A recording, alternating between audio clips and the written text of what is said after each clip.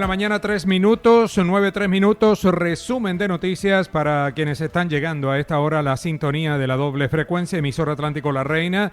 Nos siguen en zonacero.com, jorgecura.com, estamos conectados con CTV Barranquilla y Canal 9 que cubre los municipios del Atlántico. También este avance, este resumen de noticias lo puede ver en nuestras plataformas. Atención.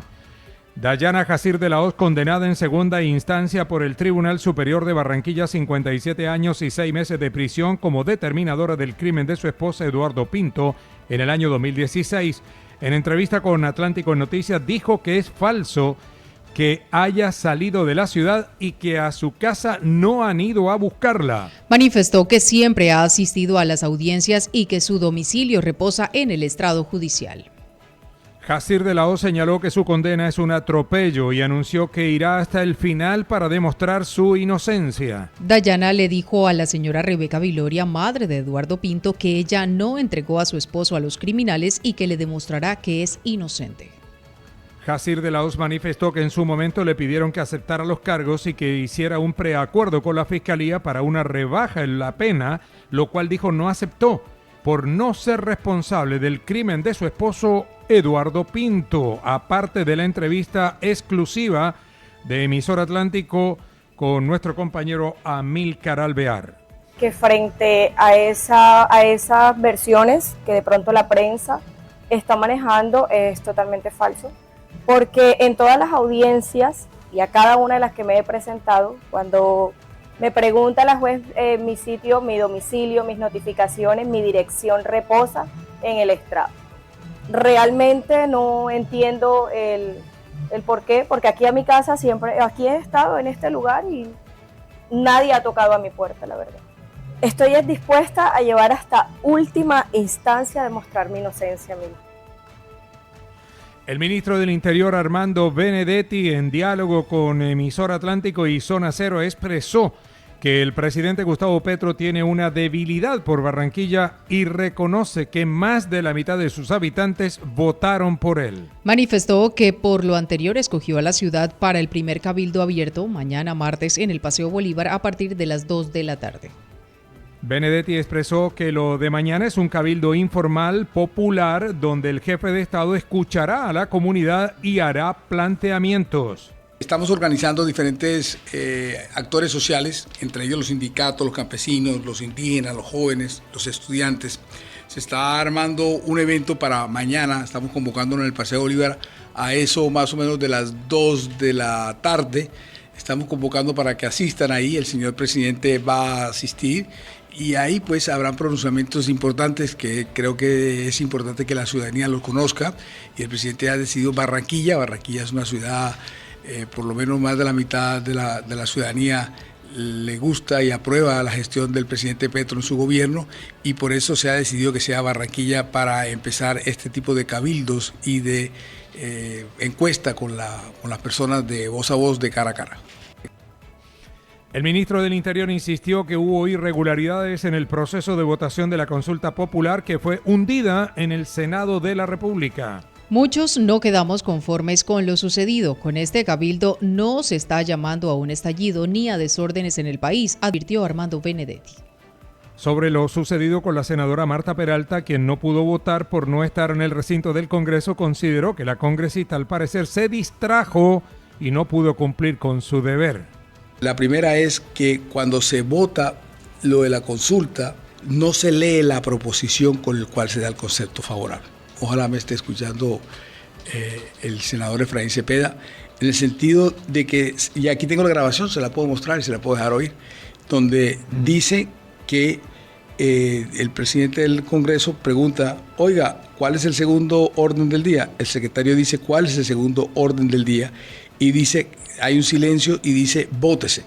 La consulta anterior que se votó, que fue la de Claudia López, hay una proposición en la cual dice que si se da o no se da concepto favorable. Luego no se da un concepto favorable. Ese es un primer punto. El segundo punto es que también están las grabaciones, cómo se aclara y se cambia el voto. Una persona que parece que se equivocó al votar, pero ese no es mi problema ni es la discusión, sino que una vez cerrada la votación, entonces aclaran y cambian el voto. El ministro del Interior, Armando Benedetti, afirmó que con la gobernadora del Valle, Dilian Francisca Toro, lo dijo que en su momento que el partido de la U votaría a favor de la consulta popular. Nunca hubo un ofrecimiento de nuestra parte. 2 semanas antes me reuní con la mandataria a quien el gobierno le envió bastante dinero para el tren de cercanías, expresó Benedetti. Asimismo, el ministro del Interior le restó importancia a lo expresado por el presidente del Senado, Efraín Cepeda, quien le pidió al mandatario Gustavo Petro no extorsionar a los gobernadores con los recursos del presupuesto general de la nación. Si fuese así, la consulta popular hubiese pasado en el Senado, expresó Benedetti.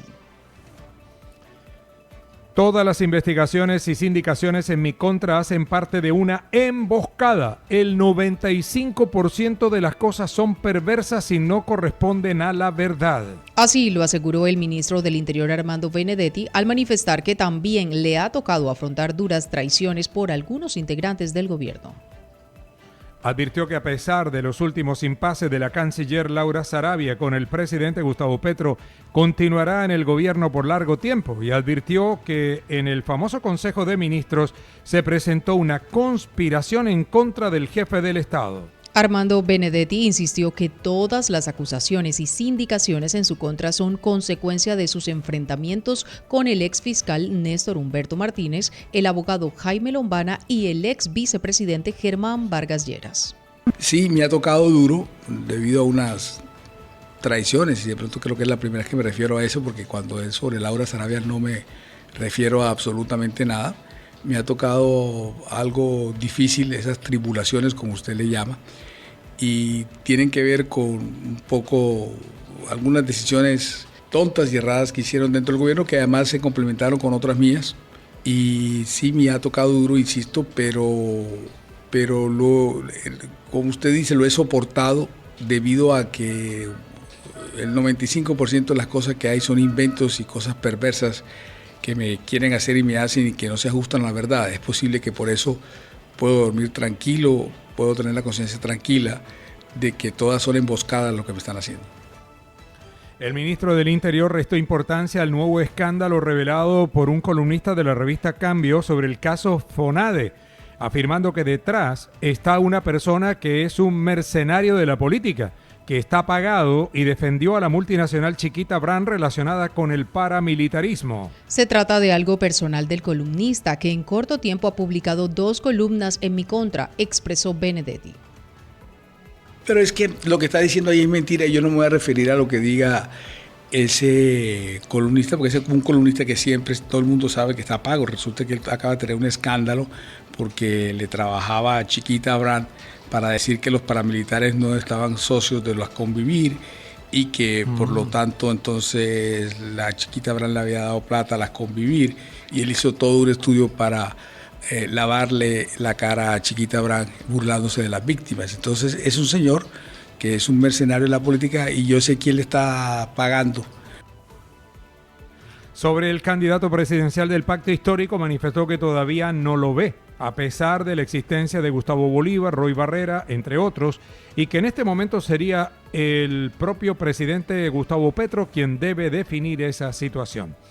Entre tanto, la candidata presidencial Vicky Dávila afirmó que el ministro del Interior, Armando Benedetti, sabe que hace parte de un proyecto político que le está haciendo mucho daño a Colombia. Manifestó que este gobierno no quiere a Barranquilla y prueba es que le quitó la Fórmula 1, los Juegos Panamericanos y el Foro Global de Migraciones. Dávila insistió que el presidente Gustavo Petro insiste con la consulta popular, ahora con una nueva pregunta porque quiere el billón de pesos para la campaña presidencial del 2026. Sobre la posible candidatura presidencial de Roy Barreras, dijo que no le ve futuro y afirmó que a Gustavo Bolívar lo bajó del bus su mal amigo y desleal Gustavo Petro. Esto cada vez se va agrandando más, Jorge. Yo estoy muy emocionada y muy contenta de ver el cariño y la confianza de los ciudadanos, de millones en todo el país. Entonces, vamos a estar en el mercado, porque aquí hay que hablar con la gente de a pie, a esa que no le han cumplido, con los ciudadanos que esperan vivienda, salud, educación, que esperan oportunidades, que esperan un préstamo, que esperan que sus hijos puedan ir a estudiar. Vamos a estar en el mercado y luego vamos a estar en la Universidad de la Costa, vamos a estar también con Pro Barranquilla, con los empresarios, vamos a caminar y a conversar con los ciudadanos. Estaremos en el Malecón, muy contenta de poder hoy dedicarle el día a Barranquilla antes de que mañana empiece a oler a azufre. José Rodríguez, directivo de Cintra Unicol, hizo un llamado para que se acaben los mensajes peligrosos e intimidatorios al interior de la Universidad del Atlántico por parte de algunos estudiantes. Advirtió que este tipo de lenguaje se debe cambiar y recordó que entre 1998 y el 2014 se registraron más de 20 muertos en hechos relacionados con la actividad universitaria. Rodríguez también solicitó a la Alcaldía de Puerto Colombia y Policía Nacional tomar medidas en los alrededores de la universidad para evitar que falsos mototaxistas sigan alterando el orden público. Bueno, Jorge, lo primero que tenemos que decir nosotros es que la universidad debe de repensarse internamente, la universidad debe solucionar sus problemas internos sin que entren actores externos que de una u otra forma atenten contra la vida de los trabajadores, estudiantes y profesores en la Universidad del Atlántico. Y hay que recordar historia. En 1998 al periodo de 2014, muchos fueron asesinados en la Universidad del Atlántico, más de 20 muertos, precisamente porque se hizo una narrativa en cuanto a que a las personas que protestaban en la época se las estigmatizaba, ya sea de guerrilleros o si eran paramilitares. Entonces, esto nos parece a nosotros una actitud bastante irresponsable y sobre todo llamamos a la coherencia. Los trabajadores de la Universidad del Atlántico solicitaron a los estudiantes conocer lo que ocurrió en el pasado y no continuar con los mensajes intimidatorios. José Castilla Rodríguez, quien labora en la Facultad de Ciencias Jurídicas, manifestó que los muchachos deben aceptar la democracia y que hay autonomía universitaria. Los jóvenes tienen que aceptar la democracia, insistió el señor Castilla Rodríguez. Esta situación de señalamiento es una situación peligrosa. Yo pienso que este muchachito que hizo esos señalamientos no conoce como que el pasado de la universidad, no sabe lo que pasó en tiempos anteriores, no conoce la sentencia de don Antonio sobre el caso de paramilitarismo en la Universidad del Atlántico y de sus jefes de lo que hicieron en la Universidad del Atlántico. Yo creo que en aras de este proceso de reeleccionario, lo que se tiene en la universidad, de la modificación del estatuto, uno no puede estar haciendo ese tipo de señalamientos. El director ejecutivo de FEDesarrollo, Luis Fernando Mejía, destacó el interés del empresariado del país de avanzar en la reforma laboral que cursa nuevamente en el Senado de la República. Manifestó que se deben incorporar medidas que formalicen el empleo, manifestando que de los 23.7 millones de personas ocupadas en Colombia, 13.7 millones son informales. Pidió que las micro y pequeñas empresas sean escuchadas por el Senado en el marco del estudio de la reforma laboral. Esta oportunidad que se ha abierto en una nueva ocasión para discutir la reforma laboral que requiere el país es fundamental para poder incorporar medidas que permitan formalizar a la gran mayoría de colombianos. Recordemos que en nuestro país, Jorge, tenemos 23.7 millones de personas ocupadas, los últimos datos que ha publicado el DANE con corte al mes de marzo, y de esos 23.7 millones de colombianos ocupados, empleados, 13,7 millones son informales, es decir, apenas hay 10 millones de ocupados en el total de las personas que están empleadas en el país. La gran mayoría, casi un 60%, infortunadamente, están en esa informalidad. El presidente de la Comisión de Disciplina Judicial, el magistrado Mauricio Rodríguez, denunció que de cada 10 procesos, en 4, los abogados se quedan con los dineros de sus clientes. Se trata de un grupo menor de abogados que se apoderan de reclamaciones laborales, cobro de seguros e indemnizaciones, expresó Rodríguez.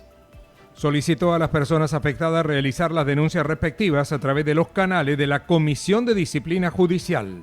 Sí, efectivamente, Jorge, y muy tristemente estamos observando un comportamiento cada vez más recurrente de un grupo menor de abogados que tristemente se apropian de los dineros de los clientes, y esa apropiación de los dineros de los clientes va desde sumas que al parecer podrían ser muy pequeñas, pero de ahí a sumas de miles de millones, de cientos de millones. Estamos hablando, Jorge, de abogados que se quedan con indemnizaciones, con reclamaciones laborales, con reclamos de temas de seguro, incluso retroactivos pensionales, a tal punto que de cada 10 procesos que nosotros fallamos en segunda instancia en contra de esos abogados, Jorge, 4, es decir, el 40% están asociados con abogados que se quedan con dineros de los clientes.